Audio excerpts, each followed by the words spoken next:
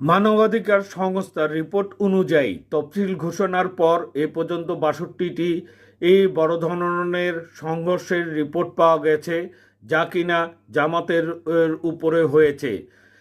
সহিংসতার কারণে ১৮ থেকে ১৬ জনের উপরে মানুষ নিহত হয়েছে, আহত হয়েছে শতাধিকের উপরে, যা জামাতের কর্মী।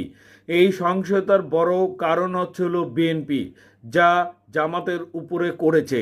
জামাতের তৃণমূল কর্মী এবং নারী কর্মীদের উপরে এই নির্যাতন চালিয়েছে বিএনপি, কারণ তারা জামাতকে মূল প্রতিদ্বন্দ্বী মনে করে এবং তারা এটাও মনে করে যে জামাত এবার ক্ষমতায় আর মসনদে বসতে যাচ্ছে, যে এই কারণেই এই জামাতের উপরে এই ন্যাক্কারজনক হামলা হয়েছে। এটা মানবাধিকার সংস্থাগুলি বলছে।